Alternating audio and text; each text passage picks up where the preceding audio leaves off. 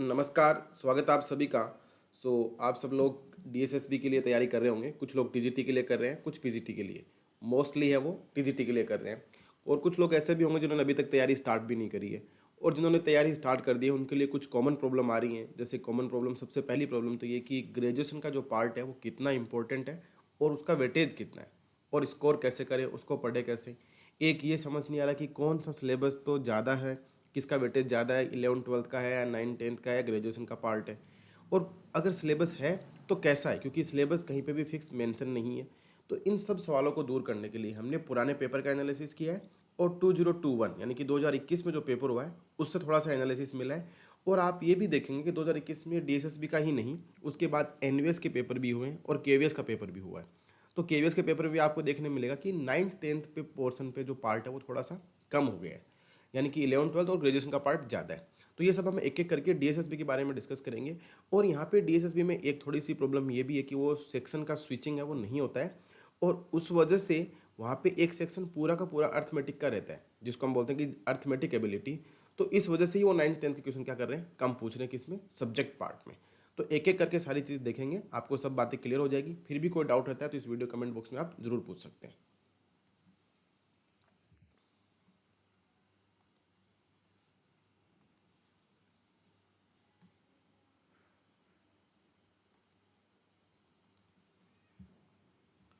तो हमने जो पुराने डीएसएसबी, आप भले टीजीटी की तैयारी कर रहे हो, पीजीटी की कर रहे हो, आप 2021 के बाद जो पैटर्न देखेंगे उसमें आपको ये दिखेगा कि मोस्टली दोनों चीज़ें क्या हो गई हैं, सेम हो गई, कोई ज़्यादा डिफरेंस नहीं है 2021 के बाद।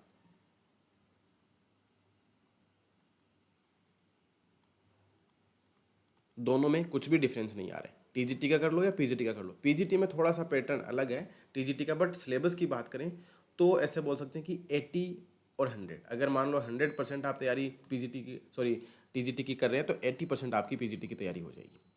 तो ये सब देखेंगे। इसके लिए हमने पुराने पेपर का एनालिसिस किया है जिसमें आपको सिलेबस एनालिसिस भी मिलेगा, पेपर पैटर्न और वेटेज ऑफ ग्रेड। इंपॉर्टेंट चीज़ ये वाला पेपर पैटर्न, क्योंकि केवीएस और एनवीएस का पेपर पैटर्न थोड़ा सा अलग रहता है और डीएसएसबी में थोड़ा अलग हो जाता है। तो आपको कोई भी डाउट हो तो आप ज़रूर पूछें। अब सबसे पहले जो लोग टीजीटी और पीजीटी की तैयारी कर रहे हैं, मोस्टली तो टीजीटी की करें क्योंकि नंबर ऑफ वैकेंसीज है वो टीजीटी के लिए ज़्यादा है। तो पूरा पेपर पैटर्न देखेंगे हम, सिलेबस एनालिसिस देखेंगे और ग्रेजुएशन का कौन सा पार्ट है वो ईजी है और स्कोरिंग भी है। क्योंकि आप ये देखना कि आपको अभी पता चलेगा पेपर पैटर्न की अगर हम बात करते हैं तो नंबर ऑफ सेक्शन की बात करें कि टोटल कितने सेक्शन पेपर में आते हैं, तो आपको पता होगा कि पार्ट 1 और पार्ट 2 दो पार्ट होते हैं। और अगर हम टीजीटी की बात करें तो इसमें पार्ट 1 में 5 सेक्शन होते हैं, 5 section. Total number of questions की बात करें तो कितने हो जाएंगे, यहाँ पे 100 क्वेश्चन हो जाएंगे। इस सेक्शन में एक सेक्शन क्या होता है, जनरल एबिलिटी, जिसको हम बोल सकते हैं कि रीजनिंग टाइप हो गया। नंबर 2 सेक्शन जो होता है इसको हम बोलते हैं जनरल अवेयरनेस, यानी कि जो जीके जीएस हो गया। नंबर 3 जो सेक्शन है वो जनरल, सॉरी, इसको हम बोलते हैं अर्थमेटिक एबिलिटी, अर्थमेटिक एबिलिटी। तो इसको हम बोल सकते हैं कि यहाँ पे आपसे 9th और 10th की मैथमेटिक्स या उससे बिलो लेवल की मैथमेटिक्स है वो पूछी जाती है। 4th और 5th में आपको हिंदी और इंग्लिश। जरूरी नहीं है कि ये जो पैटर्न आपको दिख रहा है वो ऐसा ही आए, हो सकता है किसी स्टूडेंट के सेक्शन में पहले इंग्लिश को ओपन हो जाए, किसी में हिंदी हो जाए, किसी में अर्थमेटिक हो जाए, किसी में जनरल अवेयरनेस हो जाए, किसी में जनरल एबिलिटी हो जाए। तो जो सेक्शन आपके में ओपन होगा वही आपको पहले करना होगा। उसके बाद पार्ट 2 में हम सब्जेक्ट की बात करते हैं तो यहाँ पे 90+10, टोटल यहाँ पे भी 5 सेक्शन होते हैं। 5 सेक्शन है वो 20-20 के डिसिप्लिन में डिवाइड होते हैं। यहाँ पे इसके भी टोटल नंबर ऑफ क्वेश्चन 20, 20, 20 और 20, सब 20-20 का एक सेक्शन डिसाइड होता है। इसमें 90+10 में आपको 4 सेक्शन तो 20-20 के होंगे, पाँचवा सेक्शन भी 20 क्वेश्चन का होगा, बट वो 20 10+10 में डिवाइड होंगे। ये 10 क्या होंगे, टीचिंग मेथड के होंगे, टीचिंग मेथड। ये तो हमने बात किसकी करी, टीजीटी। और ये भले आपका कोई भी सब्जेक्ट हो, मैथ्स हो, कुछ भी हो, अगर हम मैथ्स की बात करेंगे तो यहाँ पे ये वाला जो क्वेश्चन 90+10 किसके आ जाएंगे, मैथमेटिक्स के आ जाएंगे।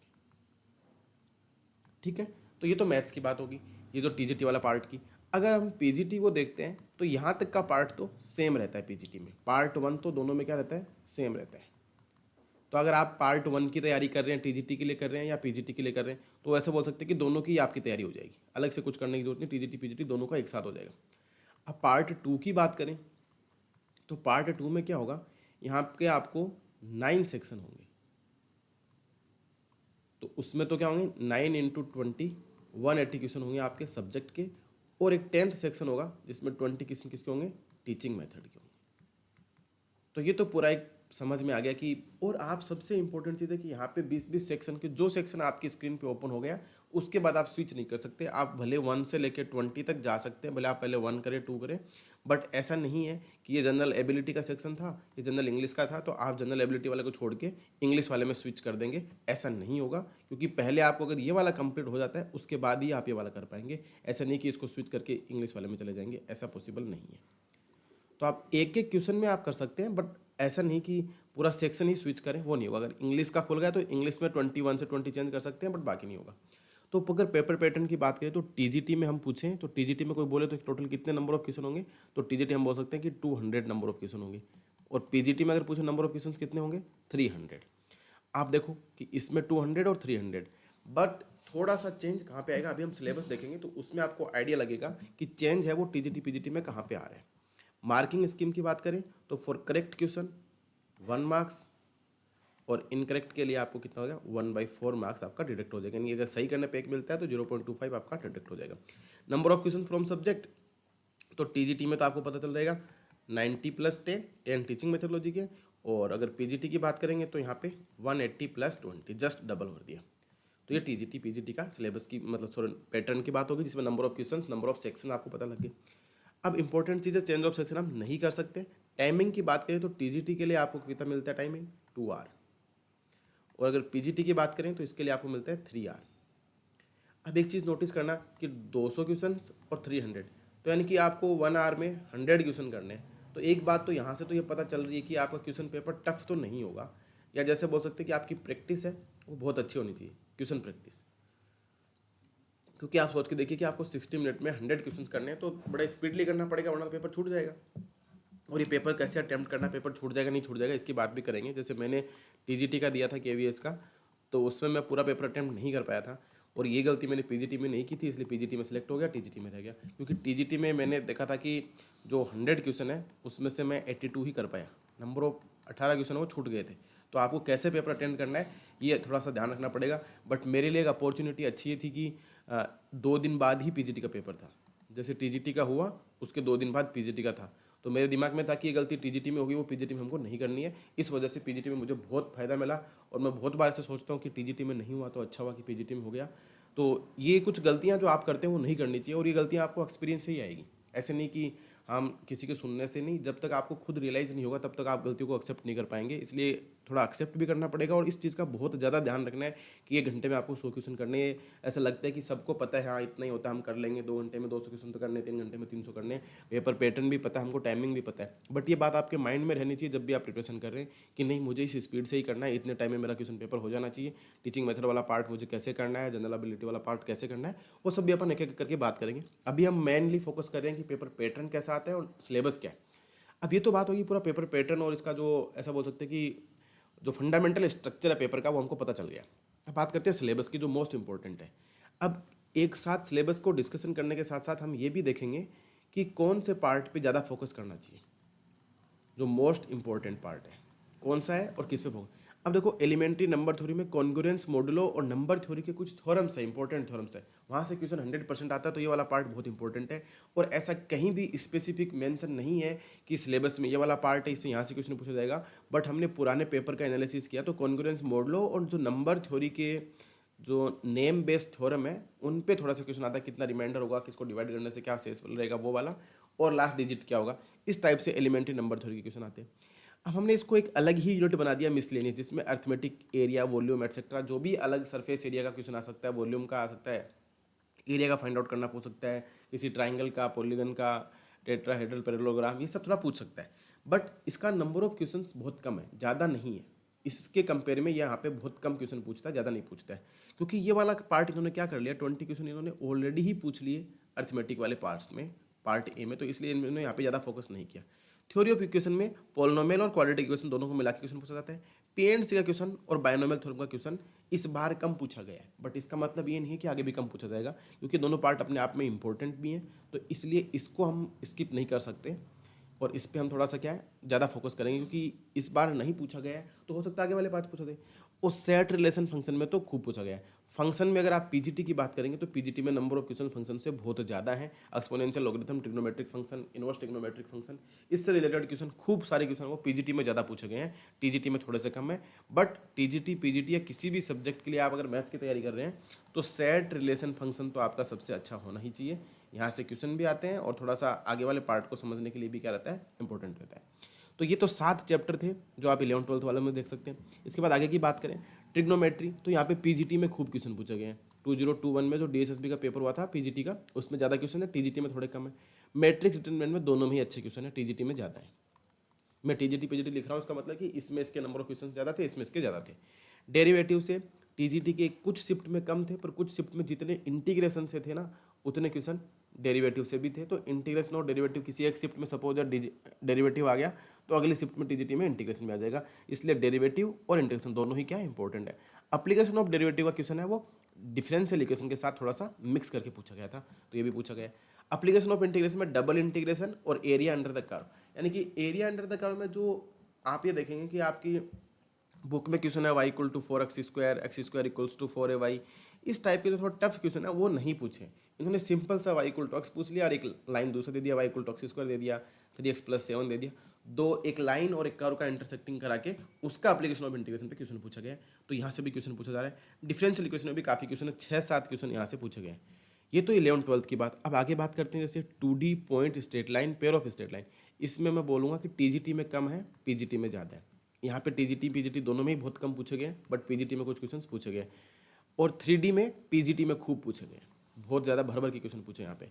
कॉम्प्लेक्स नंबर से कम है, कॉम्प्लेक्स एनालिसिस से ज़्यादा है। अब आप ये देखेंगे कि फिर भी हमने क्यों लिखा, क्योंकि ये 11th-12th का इंपॉर्टेंट पार्ट है, इसको हम स्किप नहीं कर सकते। कॉम्प्लेक्स नंबर से क्वेश्चन पूछे जाने के पूरे चांसेस हैं। पीजीटी में तो आप मान के चलिए डेफिनेटली पूछे जाएंगे, टीजीटी में थोड़ा हो सकता है, एक दो का क्वेश्चन कम हो सकता है। स्टैटिक्स एंड प्रोबेबिलिटी और स्टैटिक्स एंड डायनेमिक्स, ये दोनों पार्ट ही दोनों में कम पूछे गए। तो मेरी आपका ये ओपिनियन रहेगा कि जरूरी नहीं है कि नहीं पूछा जाए, बट आप एक काम कर सकते हैं कि इसको सबसे लास्ट में स्टडी कर सकते हैं।